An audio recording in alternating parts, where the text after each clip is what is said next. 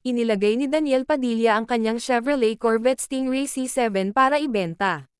Iba't ibang car dealer ang pumunta sa Facebook Marketplace para i-anunsyo ang pagbebenta ng isa sa mga luxury car ni Daniel. Ang nakalistang presyo para sa sasakyan ay 6.5 milyon pesos, at may kasama itong, lahat ng papel sa ilalim ng pangalan ni DJ.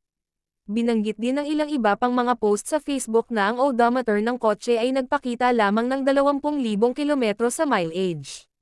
Sa kanyang panayam sa Yes Magazine's December 2014 issue, Daniel admitted that cars are his biggest luho.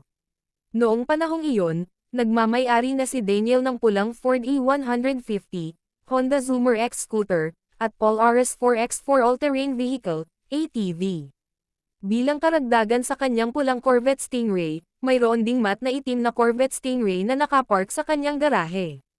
Noong Pebrero taong 2017, maraming tagahanga ang nakakita sa aktor na nagmamaneho ng kotse na ito mula sa set ng kanyang pelikulang Can't Help Falling in Love. Dati nang nagmamay-ari si Daniel ng isang itim na Dodge Challenger, na inilista niya para ibenta noong 2020 na may tag ng presyo na 3.2 milyon pesos. Si Daniel ay nagmamay-ari din ng isang 1,967 Ford Mustang Fastback GT 500.